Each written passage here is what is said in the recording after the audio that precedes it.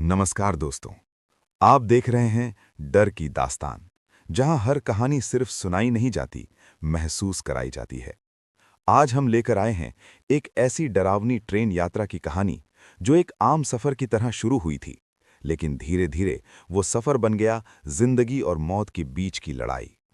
एक अंधेरी रात, एक सुनसान स्टेशन और एक रहस्यमयी यात्री जिसकी मौजूदगी ने पूरी ट्रेन का माहौल बदल दिया। क्या वो सच में इंसान था या फिर कोई अधूरी आत्मा? हर स्टेशन के साथ राज और गहरे होते जाएंगे और डर तुम्हारे दिल में उतरता जाएगा। अगर तुम्हें लगता है कि ट्रेन का सफर हमेशा सुरक्षित होता है, तो ये कहानी तुम्हारी सोच बदल देगी। तो तैयार हो जाओ दोस्तों, एक खौफनाक सफर के लिए, सिर्फ और सिर्फ डर की दास्तान पर। मेरा नाम आरव है। मैं दिल्ली में एक प्राइवेट कंपनी में नौकरी करता हूं। उस दिन ऑफिस से बहुत देर से निकला था। बॉस ने अचानक एक प्रेजेंटेशन थमा दिया था, जिसे उसी दिन पूरा करना था। दिमाग इतना थक चुका था कि बस घर पहुंचकर सोने के अलावा कुछ सूझ नहीं रहा था। मुझे लखनऊ जाना था, अपने गांव के पास। मां की तबीयत ठीक नहीं थी, इसलिए जल्दी पहुंचना जरूरी था। रात के करीब 10:30 बजे मैं नई दिल्ली रेलवे स्टेशन पहुंचा। स्टेशन पर अजीब सी शांति थी। आमतौर पर यहां हमेशा शोर रहता है, लोगों की आवाजें, कुलियों की पुकार, चाय वालों की सीटी, ट्रेनों की घोषणा। लेकिन उस रात सब कुछ जैसे दबा हुआ था। मैंने टिकट जेब से निकाला और प्लेटफॉर्म नंबर 6 की तरफ बढ़ गया। मेरी ट्रेन, पूर्वांचल एक्सप्रेस, लगभग 10 मिनट लेट थी। मैं बेंच पर बैठ गया। मोबाइल निकाला लेकिन नेटवर्क बहुत कमजोर था। मां को कॉल करने की कोशिश की पर कॉल नहीं लगी। शायद रास्ते में बात हो जाएगी, मैंने खुद से कहा। कुछ ही देर में ट्रेन की सीटी सुनाई दी। धीरे धीरे लोहे का लंबा अजगर प्लेटफॉर्म पर आकर रुका। छक छक छक छक। डिब्बों की आवाज मेरे दिल की धड़कन से मिलती जुलती लग रही थी। मैं जल्दी से अपना कोच ढूंढने लगा। S4। मेरा कोच थोड़ा पीछे था। जब मैं पहुंचा तो देखा कि अंदर बहुत कम लोग थे। ये बात मुझे थोड़ी अजीब लगी। इतनी लंबी रूट की ट्रेन में इतनी कम भीड़। फिर भी मैंने ज्यादा ध्यान नहीं दिया। अपनी सीट पर जाकर बैठ गया, मिडिल बर्थ। सामने वाली लोअर बर्थ पर एक बुजुर्ग आदमी बैठा था। सफेद दाढ़ी, झुर्रियों भरा चेहरा और आंखें बहुत गहरी। ऊपर वाली सीट पर एक औरत अपने छोटे बच्चे के साथ लेटी थी और कोने में एक लड़का हेडफोन लगाए मोबाइल देख रहा था। बस पूरा डिब्बा जैसे खाली खाली सा था। ट्रेन चल पड़ी। खिड़की के बाहर अंधेरा फैलने लगा। कभी कभी दूर कोई गांव की हल्की रोशनी दिख जाती। मैंने बैग से पानी की बोतल निकाली। तभी मुझे महसूस हुआ कोई मुझे घूर रहा है। मैंने नजर उठाई। वही बुजुर्ग आदमी। वो सीधे मेरी तरफ देख रहा था, बिना पलक झपकाए। उसकी आंखों में कुछ ऐसा था जिसे मैं समझ नहीं पा रहा था। डर, चेतावनी या कुछ और। मैं असहज हो गया। मैंने मोबाइल उठाकर ऐसे दिखाया जैसे व्यस्त हूं, लेकिन मन बेचैन होने लगा। कुछ मिनट बाद मैंने फिर देखा। वो अब भी देख रहा था। इस बार उसके होंठ हल्के से हिले, जैसे वो कुछ कहना चाहता हो। कुछ कहना है क्या बाबा? मैंने हिम्मत करके पूछ लिया। वो चौंक गया, फिर धीरे से बोला, बेटा, तू यहां नहीं बैठना चाहिए था। मतलब? मैंने पूछा। उसने इधर उधर देखा, फिर धीमी आवाज में कहा, ये डिब्बा रात में ठीक नहीं रहता। मेरे शरीर में झुरझुरी दौड़ गई। आप क्या कह रहे हैं? ऐसा कुछ नहीं होता। मैंने हंसने की कोशिश की, लेकिन वो नहीं हंसा। उसकी आंखों में गंभीरता थी। मैंने बहुत लोगों को यहां बैठकर रोते देखा है, चिल्लाते देखा है। और फिर वो रुक गया। फिर? मैंने पूछा। फिर कभी नहीं देखा। मेरी धड़कन तेज हो गई। मैंने सोचा शायद कोई बूढ़ा आदमी मजाक कर रहा है या फिर उसका दिमाग थोड़ा ठीक नहीं है। मैंने बात बदल दी। कुछ देर बाद ट्रेन एक सुनसान स्टेशन पर रुकी। बोर्ड पर नाम धुंधला था। मैं पढ़ नहीं पाया। कोई चढ़ा नहीं, कोई उतरा नहीं। सीटी बजी और ट्रेन फिर चल पड़ी। तभी अचानक डिब्बे की लाइट झपकने लगी। एक बार, 2 बार, 3 बार, और फिर पूरी तरह बंद। पूरा कोच अंधेरे में डूब गया। और उसी पल मुझे अपने कान के पास किसी की सांस महसूस हुई, गर्म, भारी, डरावनी। फिर एक धीमी आवाज, आरव, तूने चेतावनी नहीं मानी। मैं जम गया। मेरे रोंगटे खड़े हो गए, क्योंकि मैंने अपना नाम किसी को नहीं बताया था और उस अंधेरे में मेरे पास कोई नहीं बैठा था। मैंने अपनी आंखें जोर से बंद कर लीं। दिल इतनी तेज धड़क रहा था कि लग रहा था अभी सीना फाड़ कर बाहर आ जाएगा। मेरे कानों में अब भी वही आवाज गूंज रही थी, आरव, तूने चेतावनी नहीं मानी। मैंने धीरे धीरे आंखें खोलीं। डिब्बे में अब भी अंधेरा था, बस बाहर से आती हल्की हल्की रोशनी जो खिड़की से अंदर फिसल रही थी। मैंने कांपते हाथों से मोबाइल निकाला, टॉर्च ऑन करने की कोशिश की, लेकिन स्क्रीन पर सिर्फ एक लाइन चमकी, नो सिग्नल। और फिर मोबाइल अपने आप बंद हो गया। ये क्या हो रहा है? मैंने बुदबुदाया। मेरी सांसें तेज हो रही थीं। मैंने पास में बैठी महिला की तरफ देखा। वो और उसका बच्चा अब वहां नहीं थे। ऊपर वाली सीट खाली थी, चादर तक गायब थी, जैसे वहां कभी कोई था ही नहीं। मैंने झट से सामने देखा। वो बूढ़ा आदमी, वो भी नहीं था। उसकी सीट खाली, बस उस पर रखा एक पुराना फटा हुआ कपड़े का थैला। मेरा गला सूख गया। अभी तो सब यहीं थे, मैंने खुद से कहा। मैंने पीछे मुड़कर देखा। वो लड़का भी गायब था। पूरा डिब्बा अब खाली था, सिर्फ मैं और अंधेरा और ट्रेन की छक छक छक छक छक छक। वो आवाज अब किसी दिल की धड़कन जैसी लग रही थी। मैं घबराकर खड़ा हो गया, पैर कांप रहे थे। मैंने दरवाजे की तरफ बढ़ने की कोशिश की, तभी अचानक लाइट जल उठी। तेज सफेद रोशनी से मेरी आंखें चुंधिया गईं। मैंने हाथ से आंखें ढांकीं। जब नजर साफ हुई तो मैं सन्न रह गया। डिब्बा भरा हुआ था, पूरा। हर सीट पर लोग बैठे थे, खड़े लोग, हंसते बोलते, जैसे मेला लगा हो। वो औरत वापस थी, वो लड़का वापस था, बूढ़ा आदमी भी अपनी जगह बैठा था। सब कुछ नॉर्मल, जैसे कुछ हुआ ही ना हो। मैं पागलों की तरह इधर उधर देखने लगा। ये कैसे? मेरे मुंह से आवाज नहीं निकल रही थी। बूढ़े आदमी ने मुझे देखकर मुस्कुराया, लेकिन उसकी मुस्कान में कोई गर्मजोशी नहीं थी, सिर्फ ठंडापन। देख लिया? क्या? मैंने हकलाते हुए पूछा। ये डिब्बा अपनी मर्जी से चलता है, बोला। कभी भरा, कभी खाली, कभी जिंदा, तो कभी। वो रुक गया, मरा हुआ। मेरे शरीर में सिहरन दौड़ गई। आप क्या मतलब निकाल रहे हैं? मैंने कहा। उसने मेरी आंखों में देखा। ये ट्रेन एक हादसे से जुड़ी है। कौन सा हादसा? 5 साल पहले, इसी रूट पर, इसी जगह, आधी रात को। उसकी आवाज धीमी होती गई। एक डिब्बा पटरी से उतर गया था। उसमें 100 से ज्यादा लोग थे। आग लगी थी, कोई बच नहीं पाया। मैंने निगल कर कहा, तो वही डिब्बा कभी कभी वापस चलने लगता है। मेरे दिमाग ने काम करना बंद कर दिया। आप पागल हो, मैंने कहा। वो हंसा, सूखी हंसी। काश होता। तभी वो लड़का हमारे पास आया। उसके चेहरे पर डर था। अंकल, मुझे मेरी मां नहीं दिख रही है। अभी वो यहीं थी। बूढ़े आदमी ने उसकी तरफ देखा, फिर मेरी तरफ। शुरू हो गया। क्या शुरू हो गया? चुनाव। किसका चुनाव? कौन रहेगा और कौन जाएगा? मेरे पेट में मरोड़ उठी। तभी अचानक ट्रेन जोर से हिली, जैसे किसी ने नीचे से धक्का दिया हो। खिड़कियां खड़खड़ाने लगीं। लोग चुप हो गए। हंसी आवाज सब गायब। पूरा कोच फिर से शांत हो गया, बहुत ज्यादा शांत। इतना कि अपनी सांस भी सुनाई दे रही थी। फिर धीरे धीरे दीवारों पर कुछ उभरने लगा।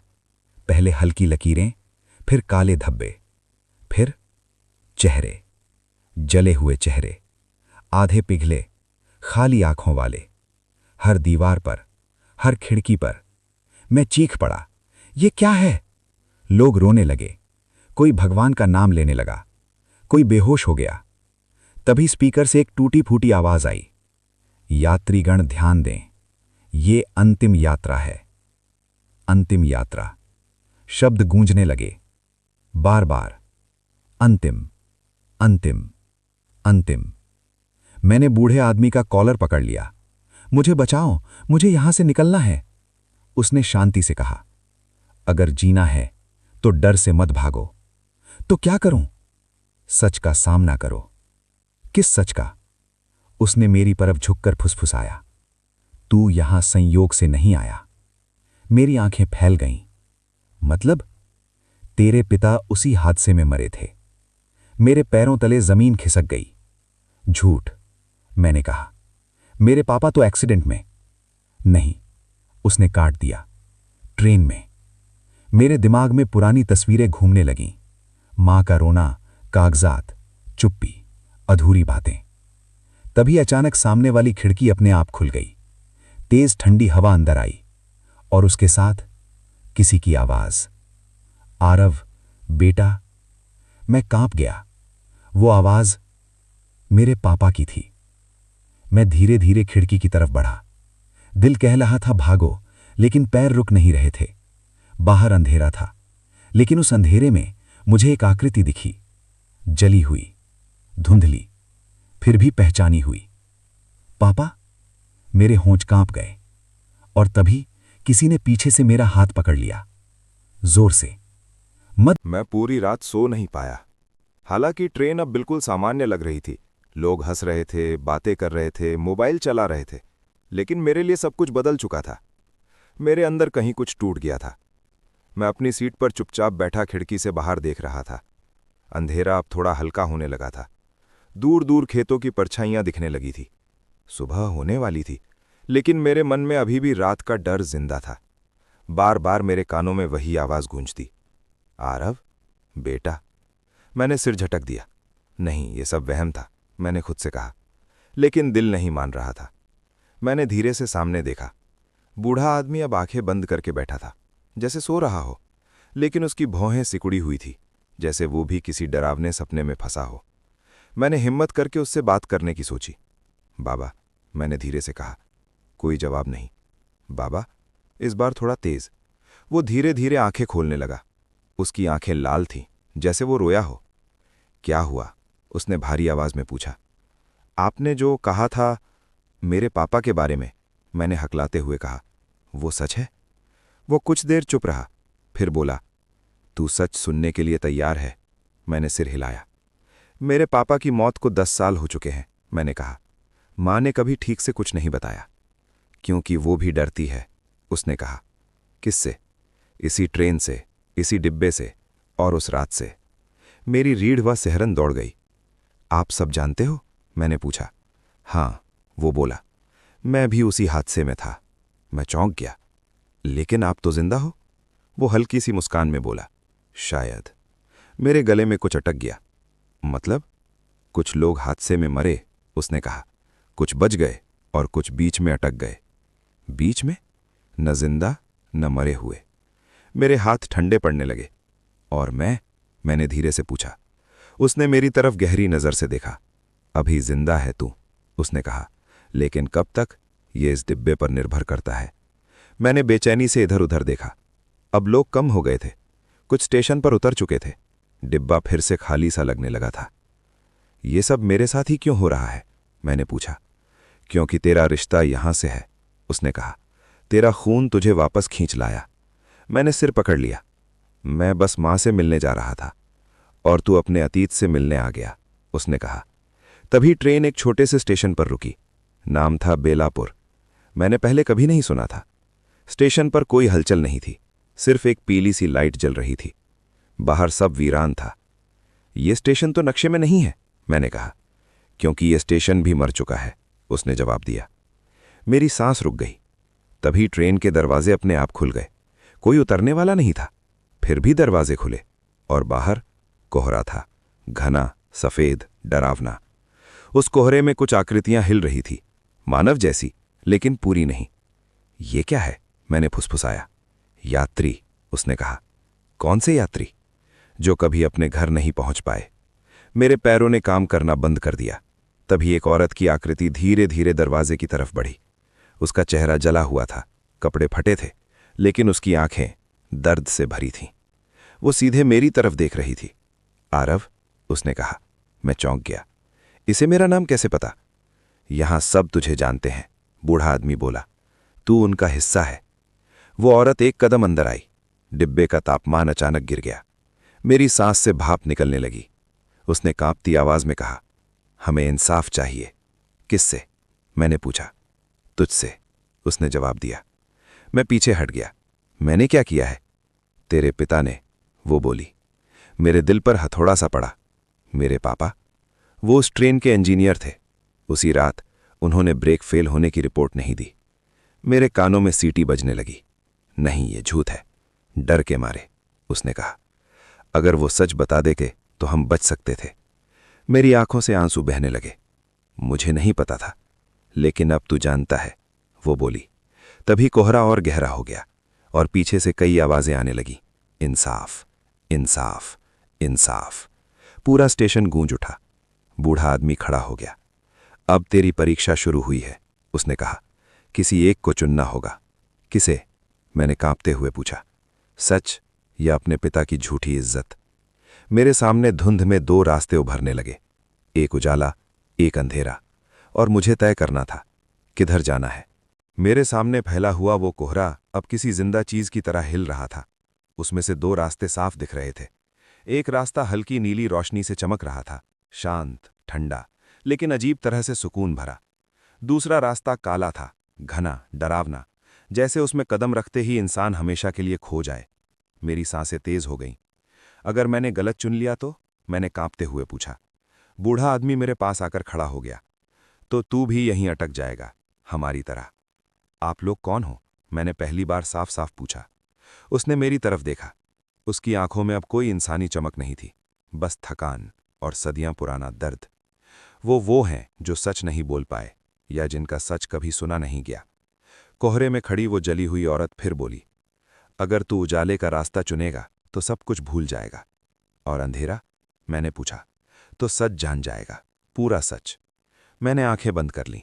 मेरे दिमाग में मां का चेहरा घूमने लगा। उसकी थकी हुई आंखें, उसकी खामोशी, हर सवाल टाल देना।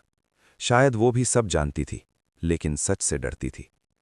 मैं अंधेरा चुनता हूं, मैंने धीरे से कहा। पूरा स्टेशन सन्नाटे में डूब गया। कोहरा जैसे थम गया। बूढ़ा आदमी मेरी तरफ देखा। उसकी आंखों में पहली बार गर्व दिखा।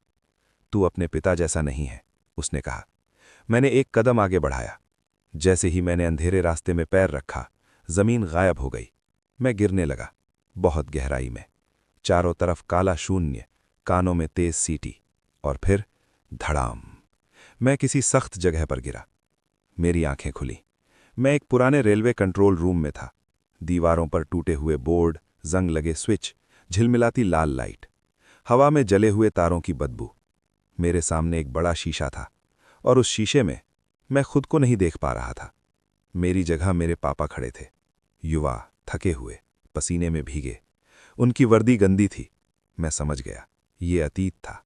मैं उन्हें देख रहा था, उस रात का सच। एक आदमी अंदर भागता हुआ आया।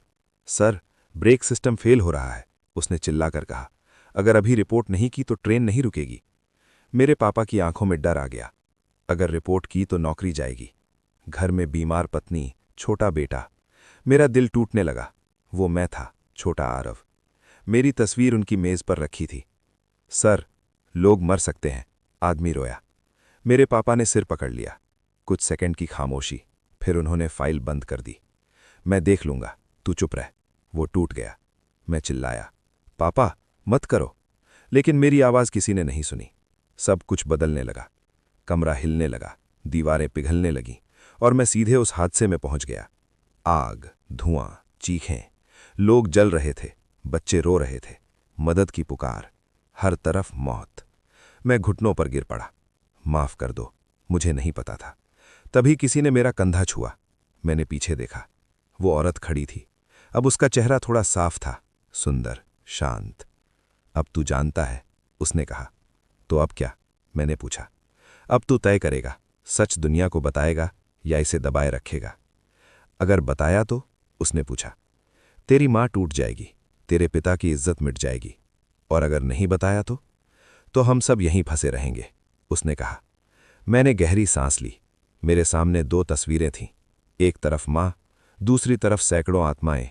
मैं कांप रहा था, लेकिन फिर मुझे याद आया, पापा की आखिरी आवाज, सच से भागना मत।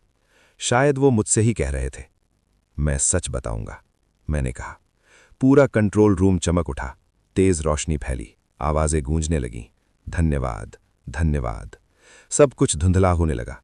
मैंने आंखें बंद कर लीं। जब खोलीं तो फिर से ट्रेन में था, अपनी सीट पर। सुबह की धूप खिड़की से आ रही थी। डिब्बा सामान्य था। लोग चाय पी रहे थे, अखबार पढ़ रहे थे। सब ठीक लग रहा था, लेकिन सामने वाली सीट खाली थी। बूढ़ा आदमी गायब था, सिर्फ उसकी सीट पर रखा एक कागज। मैंने उठाकर पढ़ा, अभी सफ़र खत्म नहीं हुआ आरव, असली परीक्षा बाकी है। मेरे हाथ कांपने लगे, क्योंकि मुझे पता था डर अभी जिंदा था। मैं उस कागज को देर तक घूरता रहा। अभी सफर खत्म नहीं हुआ आरव, असली परीक्षा बाकी है। मेरे हाथ कांप रहे थे।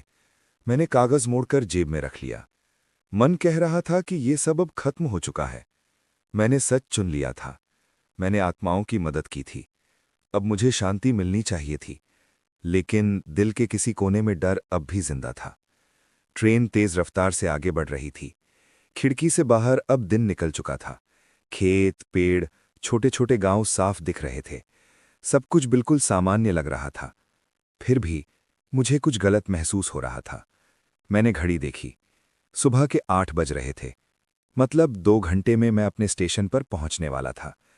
बस थोड़ा और, मैंने खुद से कहा। मैंने मोबाइल चालू करने की कोशिश की। इस बार नेटवर्क आ गया।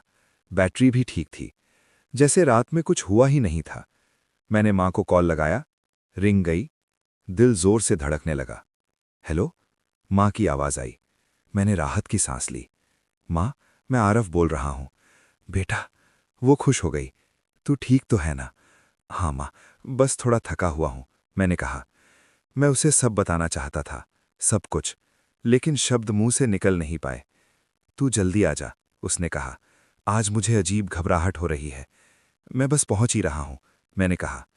फोन कट गया। मेरे मन में बेचैनी बढ़ गई। मैंने फिर आसपास देखा। अब डिब्बे में नए लोग थे। कल रात वाले ज्यादातर नहीं थे। कुछ चेहरे पहचाने नहीं जा रहे थे। एक आदमी मेरी बगल में बैठा था, लगभग 40 साल का, काली जैकेट, गंभीर चेहरा। वो मुझे बार बार देख रहा था। मैंने नजर फेर ली। कुछ देर बाद उसने खुद ही बात शुरू की। पहली बार इस रूट पर? उसने पूछा। नहीं, मैंने कहा, कई बार आया हूं। अजीब रूट है, वो बोला। कैसे? मैंने पूछा। यहां लोग बदल जाते हैं, उसने धीरे से कहा। मैंने उसकी तरफ देखा। मतलब? कल रात तुम जैसे थे, अब वैसे नहीं हो, उसने कहा। मेरी सांस अटक गई। आप क्या कहना चाहते हो? वो हल्का सा मुस्कुराया। डर मत, उसने कहा। मैं भी वही झेल चुका हूं। मेरे शरीर में झुरझुरी दौड़ गई। आप भी? मैंने अधूरा छोड़ा। हाँ, उसने सिर हिलाया। 3 साल पहले, इस डिब्बे में, इसी सीट पर, उसने कहा। मैं चौंक गया।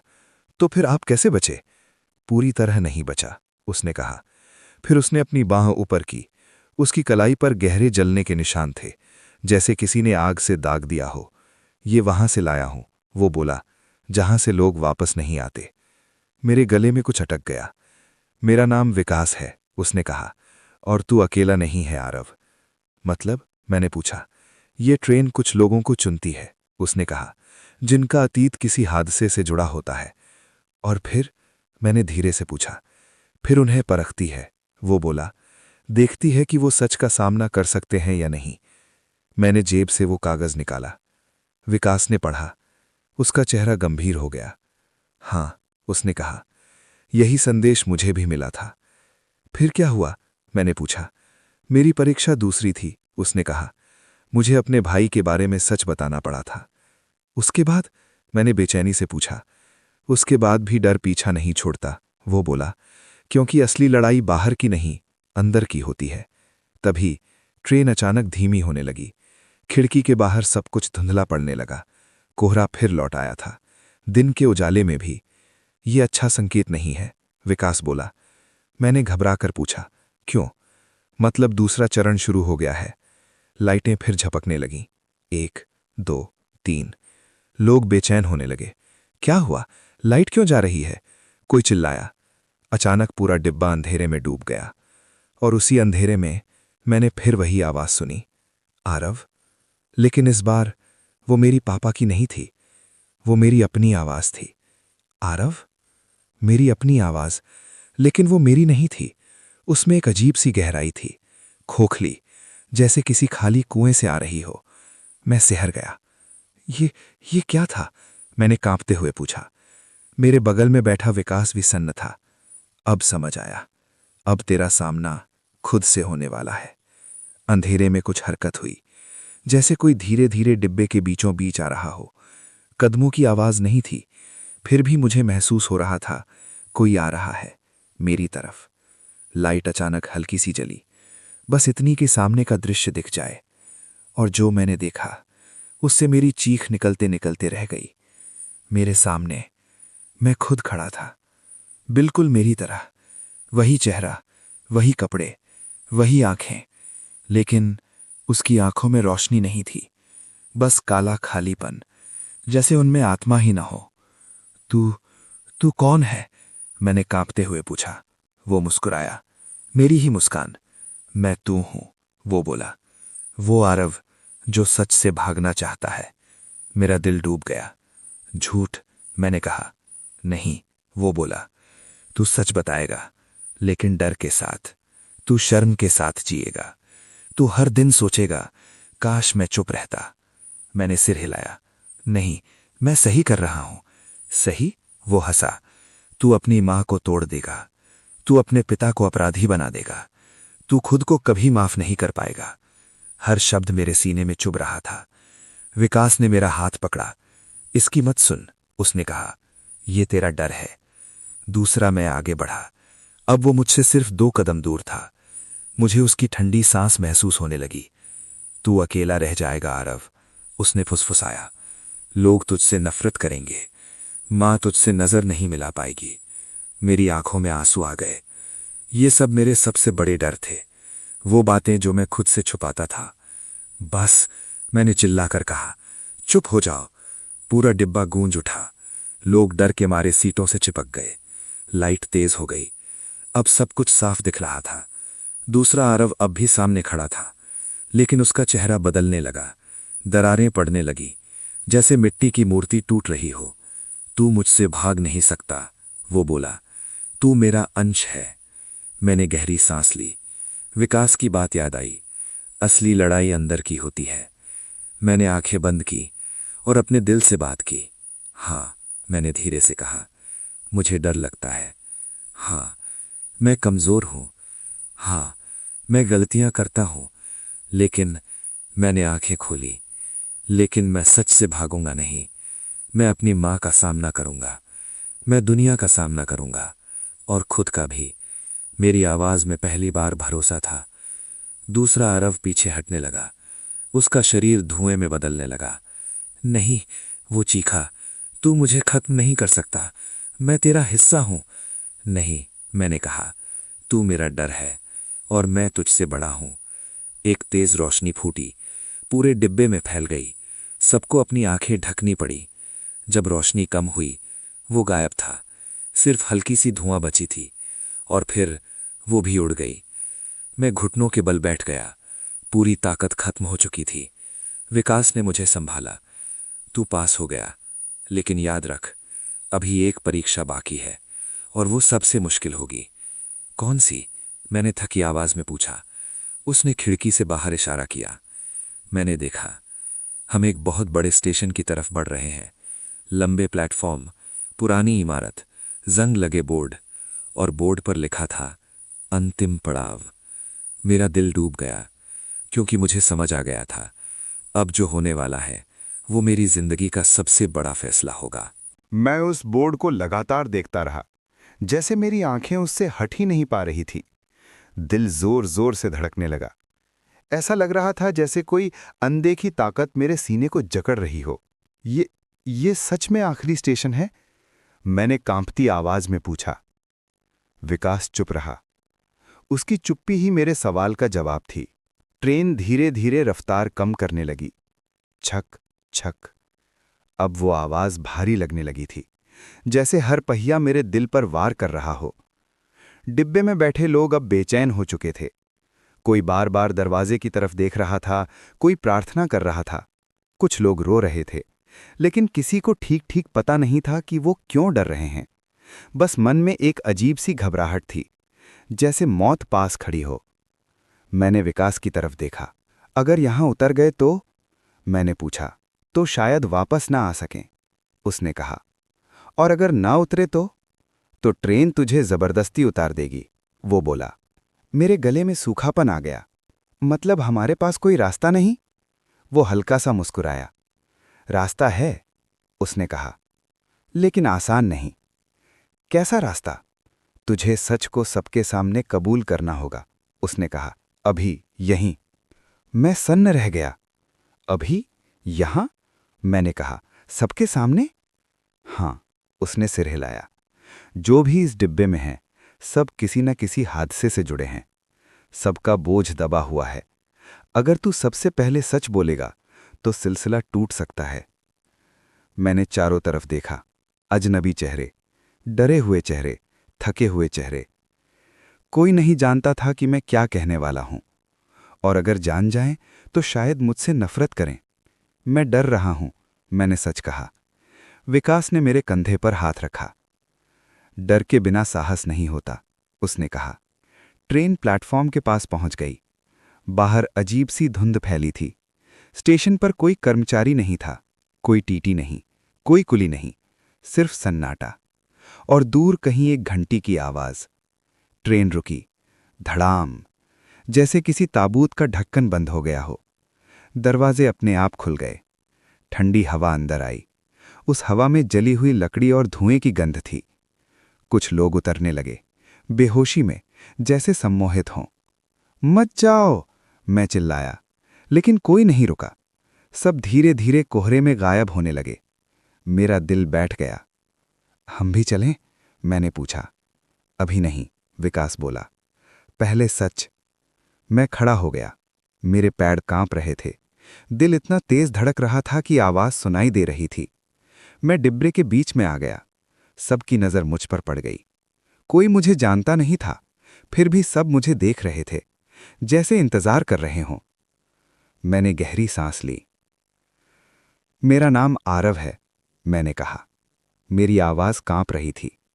और इस ट्रेन के हादसे में मेरे पिता की गलती थी। पूरा डिब्बा सन्न हो गया, कोई खांसा तक नहीं। उन्होंने ब्रेक फेल होने की रिपोर्ट नहीं की, मैंने कहा, डर की वजह से। उनकी वजह से आप में से कई लोगों के अपने कभी घर नहीं पहुंचे। कुछ औरतों की सिसकी सुनाई दी। एक आदमी ने मुट्ठी भींच ली। मेरी आंखों से आंसू बहने लगे। मुझे नहीं पता था, मैंने कहा, लेकिन अब जानता हूं, और मैं इसे छुपाऊंगा नहीं। मैं सच दुनिया को बताऊंगा, चाहे मुझे अकेला ही क्यों न रहना पड़े। तभी अचानक डिब्बे की दीवारें कांपने लगीं, खिड़कियां हिलने लगीं, लाइटें तेज तेज झपकने लगीं। कोहरे में से आवाजें आने लगीं, रोने की, चिल्लाने की, कराहने की। फिर एक गहरी भारी आवाज गूंजी। क्या तू अपने शब्दों की जिम्मेदारी लेने को तैयार है? पूरा स्टेशन गूंज उठा। मेरे सामने प्लेटफॉर्म पर एक विशाल परछाई उभरने लगी, काली, धुंधली, लेकिन बेहद ताकतवर। मैंने कांपते हुए कहा, हां, मैं तैयार हूं। पर मुझे नहीं पता था इस हां की कीमत कितनी भयानक होने वाली है। मेरी हां अभी हवा में गूंज ही रही थी कि प्लेटफॉर्म पर उभरी वो परछाई और गहरी हो गई। कोहरे के बीच से वो धीरे धीरे आगे बढ़ने लगी। हर कदम के साथ जमीन कांपती थी, जैसे कोई बहुत भारी चीज चल रही हो। डिब्बे में बैठे लोग डर के मारे अपनी सीटों से चिपक गए। कुछ ने आंखें बंद कर लीं, कुछ बुदबुदाने लगे, भगवान बचाओ, हे राम, या अल्लाह। मैं अपनी जगह पर खड़ा रहा। पैर कांप रहे थे, घुटने जवाब दे रहे थे, लेकिन मैं हिला नहीं। वो परछाई अब साफ दिखने लगी। उसका कोई तय आकार नहीं था। कभी वो इंसान जैसी लगती, कभी धुएं जैसी, कभी जली हुई लाशों का ढेर। उसके अंदर सैकड़ों चेहरे उभरते और मिटते रहते थे, रोते हुए, चिल्लाते हुए, मदद मांगते हुए। मेरे सीने में दर्द होने लगा। ये कौन है? मैंने कांपते हुए पूछा। विकास ने धीमी आवाज में कहा, ये इस ट्रेन की आत्मा है। सारे दर्द, सारे गुनाह, सारी मौतें, सब मिलकर यही बन गए हैं। वो परछाई हमारे सामने रुकी, और फिर उसमें से एक भारी आवाज निकली, ऐसी आवाज जो कानों से नहीं, सीधे दिमाग में उतरती थी। आरव। मेरा पूरा शरीर सिहर उठा। तूने सच स्वीकार किया, आवाज बोली, लेकिन क्या तू सजा भी स्वीकार करेगा? सजा? मैंने दोहराया। हाँ, बोली। सच बोलने की कीमत होती है। तुझे अपने सुख, अपनी शांति, अपनी सामान्य जिंदगी छोड़नी होगी। तुझे इस हादसे की गवाही बनकर जीना होगा। मेरे दिल में डर बैठ गया। मतलब? मैंने पूछा। लोग तुझ पर शक करेंगे, आवाज बोली। कुछ तुझे गद्दार कहेंगे, कुछ तेरे पिता को कोसेंगे। तेरी मां टूट जाएगी, तेरा करियर बर्बाद हो सकता है। हर शब्द किसी हथौड़े की तरह मेरे दिल पर पड़ रहा था। मैंने मां का चेहरा सोचा, उसकी मुस्कान, उसकी उम्मीदें, मेरी नौकरी, मेरे सपने, सब आंखों के सामने घूम गया। अगर मैं मना कर दूं तो? मैंने धीरे से पूछा। परछाई में हलचल हुई। तो तू यहीं रहेगा, आवाज बोली। हमेशा के लिए, इस स्टेशन का हिस्सा बनकर। मैंने प्लेटफॉर्म की तरफ देखा, जहां पहले उतरे लोग अब धुंध में जमे हुए खड़े थे। उनकी आंखें खाली थीं, बेजान, जैसे जिंदा लाशें। मेरे रोंगटे खड़े हो गए। वो सब? मैंने कहा। उन्होंने डर चुना, आवाज बोली, इसलिए फंस गए। विकास ने मेरा हाथ कसकर पकड़ लिया। आरव, उसने कहा, यही आखिरी मोड़ है। पीछे मुड़ने का मौका नहीं मिलेगा। मैंने आंखें बंद कर लीं। मैंने अपने पिता को याद किया, उनकी हंसी, उनकी थकी हुई शक्ल, उनकी आखिरी तस्वीर। शायद वो बुरे इंसान नहीं थे, बस कमजोर थे, जैसे मैं कभी कभी होता हूं। अगर मैं ये सजा स्वीकार कर लूं तो क्या इन सबको शांति मिलेगी? परछाई कुछ पल चुप रही, फिर बोली, हां, ये आत्माएं मुक्त हो जाएंगी। ये ट्रेन अपने बोझ से आजाद होगी। मेरी आंखों से आंसू बहने लगे। तो ठीक है, मैंने कहा, मैं तैयार हूं। पूरा स्टेशन थरथरा उठा। तेज हवा चलने लगी, कोहरा घूमने लगा, परछाई धीरे धीरे सिकुड़ने लगी। उसमें से रोशनी फूटने लगी, सफेद, शांत, सुकून भरी। चेहरे एक एक करके मुस्कुराने लगे और फिर गायब हो गए। स्टेशन अचानक बदलने लगा। जंग लगी दीवारें साफ होने लगी, लाइटें ठीक से जलने लगी। घंटी की आवाज अब डरावनी नहीं, साधारण लगने लगी। लोग जो पहले जमे हुए थे, धीरे धीरे हिलने लगे, जैसे नींद से जाग रहे हों। विकास ने गहरी सांस ली। खत्म हो गया, उसने कहा। लगभग, मैंने जवाब दिया। तभी ट्रेन का हॉर्न बजा, लंबा, तेज, जैसे विदाई का संकेत। दरवाजे अपने आप बंद होने लगे। विकास, मैंने कहा, तू मेरे साथ चलेगा ना? वो मुस्कुराया, पहली बार सच्ची मुस्कान। नहीं, उसने कहा, मेरा हिसाब यहीं पूरा हुआ। अब तेरा रास्ता अलग है। तू जीने जा रहा है, सच के साथ। मैं कुछ कह पाता उससे पहले ही वो धीरे धीरे रोशनी में घुल गया, गायब हो गया। दरवाजे बंद हो गए, ट्रेन चल पड़ी। मैं अकेला रह गया, थका हुआ, टूटा हुआ, लेकिन हल्का, जैसे कोई भारी बोझ उतर गया हो। खिड़की से बाहर देखा, स्टेशन पीछे छूट रहा था। अब वो अंतिम पड़ाव नहीं था, सिर्फ एक साधारण स्टेशन था। लेकिन मुझे पता था, अभी एक आखिरी अध्याय बाकी है, मेरी असली जिंदगी में। ट्रेन अब तेजी से आगे बढ़ रही थी, जैसे वो उस डरावने स्टेशन से जितना जल्दी हो सके दूर जाना चाहती हो। मैं अपनी सीट पर चुपचाप बैठा था, खिड़की से बाहर देख रहा था। सूरज अब पूरी तरह निकल चुका था। नीला आसमान, हरे खेत, चलते ट्रक, सब कुछ इतना सामान्य लग रहा था कि मुझे यकीन ही नहीं हो रहा था कि कुछ घंटे पहले मैं मौत और आत्माओं के बीच खड़ा था। मेरे हाथ अब भी हल्के हल्के कांप रहे थे। दिल थका हुआ था, दिमाग सुन्न।